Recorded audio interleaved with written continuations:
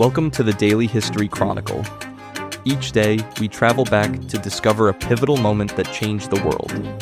These aren't just dates and facts. They're stories of courage, conflict, innovation, and consequence that still echo through our lives today. Are you ready to explore?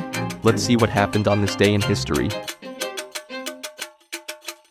March 4th, 1861, the East Portico of the United States Capitol. Abraham Lincoln stands before hundreds of citizens to take the oath of office as the 16th President of the United States. 7 states have already left the Union: South Carolina, Mississippi, Florida, Alabama, Georgia, Louisiana, Texas, gone. They formed their own government, the Confederate States of America, elected their own president, written their own constitution. More states are about to leave: Virginia, Arkansas, North Carolina, Tennessee. They're waiting to see what Lincoln does today. The man administering the oath is Chief Justice Roger Taney, the same judge who wrote the Dred Scott decision, declaring that black people could never be citizens. Taney is 83 years old, frail, and wearing a black robe. Lincoln is 52, tall and lanky, in a new black suit. Lincoln will give one of the most eloquent inaugural speeches in American history.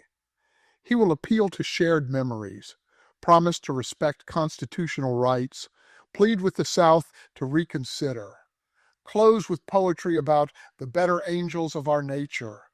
5 weeks later, Confederate forces will fire on Fort Sumter. 4 more states will secede. The bloodiest war in American history will begin. Lincoln's words, brilliant as they are, will fail completely. This is the Daily History Chronicle, where we explore the moments that shaped our world and discover why they still matter today. I'm Richard Backus, publisher of University Teaching Edition, and every day I get to share a piece of history that I think you'll find as fascinating as I do. Let's investigate. And here's what interests me about this moment. Abraham Lincoln faced a problem that had no good solution. The United States was already broken. The question wasn't whether he could prevent the crisis. The crisis had happened. The question was whether he could manage it without war. Understanding what happened requires holding multiple truths at once. Lincoln gave a masterful speech. It was eloquent, thoughtful, and conciliatory, and it made absolutely no difference. The war was coming no matter what he said. Both things are true. Let me build the clock for you on how we got here. Lincoln won the presidential election in November 1860 with 39.8% of the popular vote. He carried every free state. He didn't get a single electoral vote from a slave state, not one. His name wasn't even on the ballot in 10 southern states. The South saw his election as an existential threat. Lincoln was a Republican. The Republican Party opposed the expansion of slavery into new territories. Southerners feared, correctly, that if slavery couldn't expand, it would eventually die out. That the balance of power would shift. That the South would become politically irrelevant. South Carolina seceded in December 1860, before Lincoln even took office. Mississippi, Florida, Alabama, Georgia, Louisiana, and Texas, followed by February 1st. They met in Montgomery, Alabama, formed the Confederate States of America, and elected Jefferson Davis as president on February 18th, 2 weeks before Lincoln's inauguration. Lincoln wouldn't become president until March 4th. That's how the calendar worked back then. 4 months between the election and the inauguration. 4 months of chaos where the outgoing president, James Buchanan, basically did nothing. Buchanan believed secession was unconstitutional, but that the federal government had no power to stop it. So he just waited for Lincoln. By March 4th, the United States had effectively split into 2 countries, and Lincoln had to give an inaugural address that somehow addressed that reality. Picture this. Lincoln stands at the Capitol. He's got a manuscript in his hand. He's revised it multiple times. He consulted with William Seward, his Secretary of State designate, who softened some of the harsher language. The final paragraphs, the famous ones, are largely Seward's suggestions. Lincoln begins by addressing the crisis directly. He promises not to interfere with existing state laws. He acknowledges Southern concerns. He's trying to be conciliatory, but he also draws lines. He says the Union is perpetual. Secession is unconstitutional. He will enforce federal law in all states. He will hold federal property, collect federal taxes, deliver the mail. Here's where it gets interesting. Lincoln's trying to thread an impossible needle. He needs to reassure the South that he's not a radical. But he also needs to assert federal authority. He needs to sound firm to Northerners who want decisive action, but not so firm that he pushes border states into secession. He can't succeed. The positions are irreconcilable. The South wants recognition as an independent nation. Lincoln can't give that. It would mean the end of the United States. The South wants federal forts in its territory handed over. Lincoln can't do that. It would legitimize secession. No amount of eloquence can solve that problem, but Lincoln tries anyway, and the closing of his speech is remarkable. He appeals to shared history, the mystic chords of memory stretching from every battlefield and patriot grave to every living heart and hearthstone all over this broad land will yet swell the chorus of the Union. He reminds Southerners that they're Americans too, that they fought in the Revolution, that they helped build the country, that leaving means abandoning all of that. And then the famous ending, we are not enemies but friends. We must not be enemies. Though passion may have strained, it must not break our bonds of affection. When again touched, as surely they will be, by the better angels of our nature. It's beautiful, poetic, moving, and it changes nothing. Here's what troubles me about what happened next. The speech was well received in the North. People praised Lincoln's firmness and eloquence. They felt reassured that he would uphold the Union.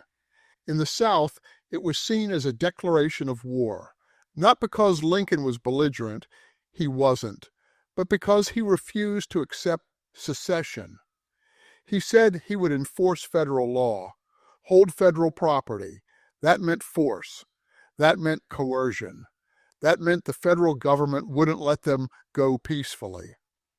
The moderate position that Lincoln tried to stake out, firm but not aggressive, principled but not provocative, satisfied nobody who needed satisfying.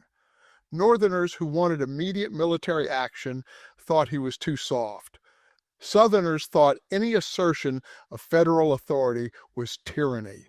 The border states, Virginia, North Carolina, Tennessee, and Arkansas, were waiting to see if Lincoln would actually use force. On April 12th, Confederate forces fired on Fort Sumter in Charleston Harbor.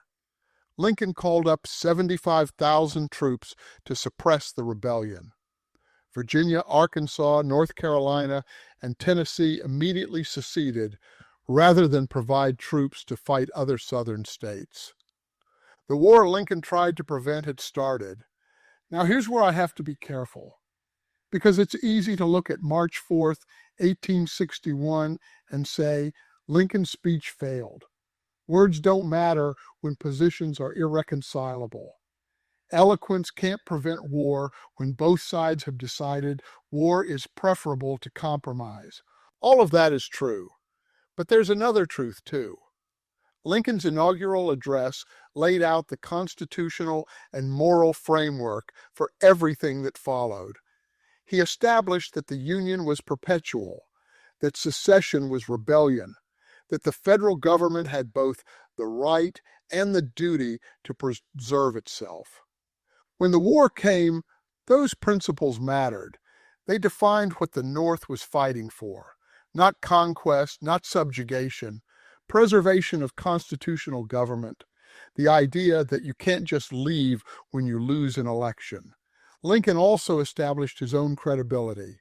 He showed he wasn't a radical, that he'd tried conciliation, that he'd extended every possible olive branch. When Southerners fired on Fort Sumter, Northern public opinion united behind Lincoln because he'd clearly tried to avoid war. So the speech failed to prevent war, but it succeeded in defining the terms under which the war would be fought and understood. They are both true. We're still living with the questions Lincoln faced on March 4, 1861. Can eloquence bridge fundamental divisions? Can appeals to shared values overcome conflicting interests? When is compromise possible, and when is it just delaying the inevitable? Every time a president tries to unite a divided nation, and they all do, they're facing Lincoln's challenge. The words matter, the attempt matters, and sometimes, no matter how brilliant the words, they're not enough. We see it in our own time. Calls for unity, appeals to our better angels, reminders of shared history. Sometimes they work, sometimes they don't. The factors that determine success or failure aren't always under the speaker's control. Lincoln had the advantage of being genuinely eloquent, one of the best writers ever to hold the office. If anyone could have talked the South out of secession, it would have been him. He couldn't, because some divisions can't be bridged with words. Lincoln himself understood this. In his second inaugural address, 4 years later, with the war nearly over, he reflected on how his first inauguration had failed to prevent conflict. He said both sides read the same Bible and pray to the same God, and each invokes his aid against the other. That's the tragedy of March 4th, 1861. Both sides thought they were defending constitutional principles. Both sides believed they were in the right. Both sides saw the other as the aggressor. Lincoln tried to find a common ground. He pointed to shared history, shared values, shared humanity, and it didn't matter, because the fundamental question, whether states could leave the Union, had only two answers, yes or no. Lincoln said no. The South had already said yes. No speech could bridge that gap. So what do we make of March 4th, 1861? Lincoln's first inaugural address is a masterpiece of political rhetoric. It's thoughtful, careful, eloquent.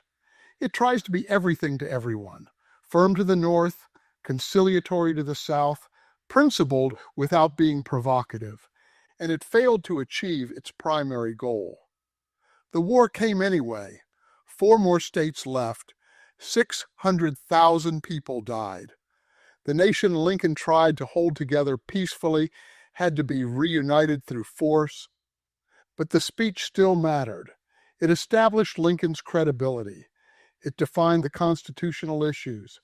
It showed he'd tried everything before resorting to war. When the fighting started, Northerners knew Lincoln hadn't wanted it, that he'd extended every olive branch, that the South had chosen war. The way I see this, words have power, but words also have limits. Lincoln understood both. He crafted the best possible speech for an impossible situation. He knew it probably wouldn't work. He gave it anyway, because trying mattered, because the historical record mattered, because defining the terms of the conflict mattered, even if preventing the conflict was impossible. Lincoln's eloquence couldn't stop the war, but it shaped how the war was understood, how it was fought, how it was remembered. That's nothing. I'm Richard Backus, and this is the Daily History Chronicle. Tomorrow, we'll explore another moment that shaped our world.